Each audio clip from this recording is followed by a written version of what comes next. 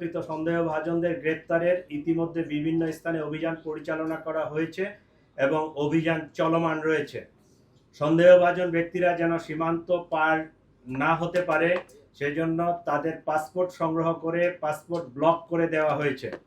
সীমান্তে অতিরিক্ত সতর্কতা জারি করা হয়েছে। এছাড়াও সন্দেহভাজন ব্যক্তিদেরকে গ্রেফতারের সহযোগিতার জন্য গণপ্রজাতন্ত্রী বাংলাদেশ সরকারের পক্ষ থেকে 50 লাখ টাকা পুরস্কার ঘোষণা করা হয়েছে। ইতিমধ্যে শেরপুরের নলিতাবাড়ি এলাকায় অভিযান পরিচালনা করে সীমান্ত দিয়ে লোক পারাপার যারা করে এই জড়িত সন্দেহে আমরা 2 জনকে গ্রেফতার করতে সক্ষম হয়েছি, তাদেরকে নিয়ে আসছি।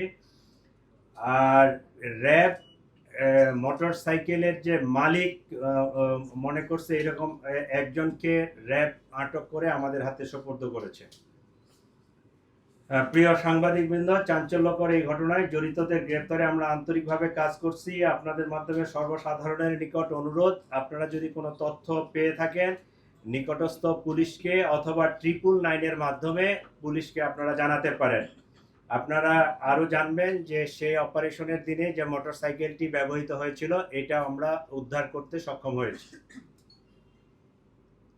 এই ছিল মোটামুটি আমাদের পক্ষ থেকে এখন পর্যন্ত এই মামলায় যে অগ্রগতি।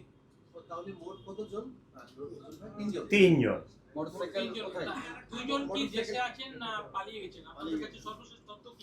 আমাদের ইমিগ্রেশন ডাটাবেজ চেক করে এখন পর্যন্ত তাদের পালিয়ে যাওয়ার কোনো তথ্য পাওয়া যায়নি। আমরা ফয়সালের পাসপোর্ট নাম্বারটা পেয়েছি, তার সর্বশেষ যে ট্রাভেল পাওয়া গেছে সেটা জুলাইয়ে সম্ভবত, সেটা থাইল্যান্ড থেকে সে আসছে, দেশে ইন করছে। এরপরে ইমিগ্রেশন ডাটাবেজে আর তার ডিপারচারের কোনো তথ্য নেই।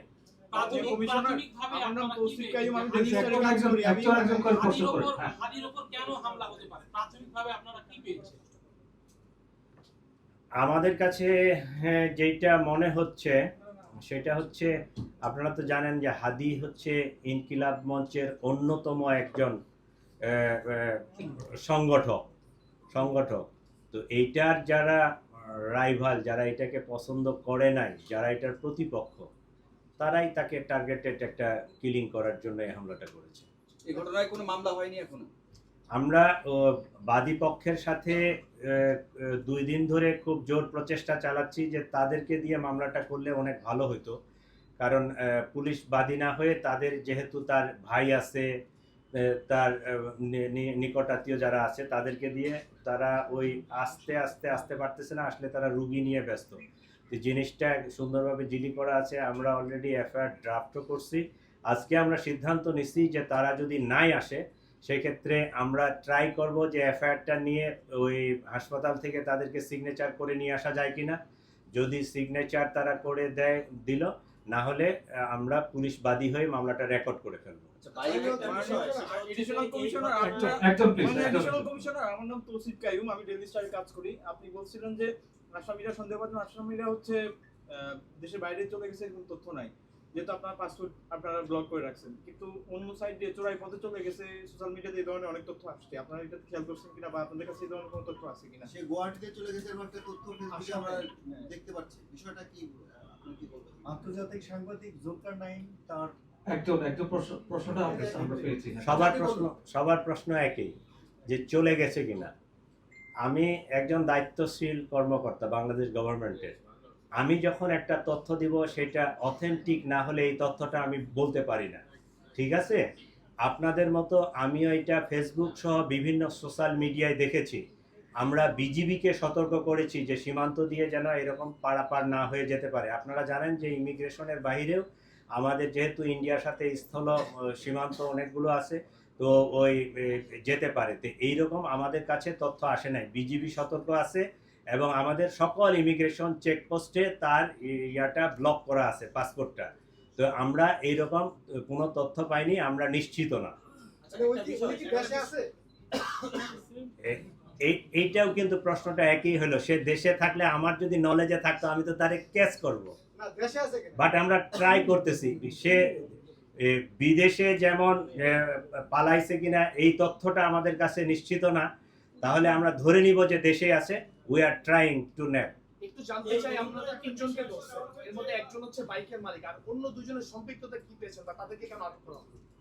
এদেরকে আটক করা হলো আমাদের কাছে যেটুকু তথ্য যে এরা ওই অপথে বলতে ইমিগ্রেশন চ্যানেলের না, ইমিগ্রেশন চ্যানেলের বাইরে চোরাই পথে মানব পাচার করে থাকে, সীমান্ত পারাপার করে থাকে।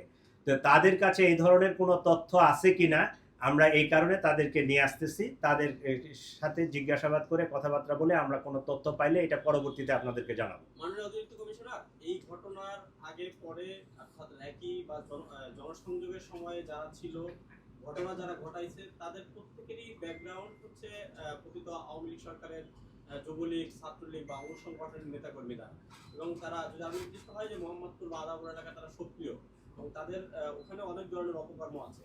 তো আপনারা আসলে টোটালি এই বিষয়টা নিয়ে আবারও নতুন করে সব চিন্তা করবেন কিনা যে নির্বাচনী কালীন সময়ে আওয়ামী লীগ বা এই যুবলীগ সহ অঙ্গ সংগঠনের নেতাকর্মীরা যারা এখন আবার জামিনে বের হয়ে আসছে, তারা বড় ধরনের কোনো ঘটনা আরো ঘটাতে পারে কিনা, এই ক্ষেত্রে আপনারা সতর্ক হবেন কিনা? আচ্ছা, আমাদের আপনারা জানেন যে এই গভর্নমেন্ট একটা অপারেশন করছিল, অপারেশন ডেভিল হান্ট। আমরা পার্টিকুলার কোনো দলের কথা না বলে আমরা যারা মিসক্রিয়েন্ট, যারা দুষ্কৃতিকারী, তাদের অ্যারেস্টের ব্যাপারে এর আগে একটা অপারেশন চলছিল।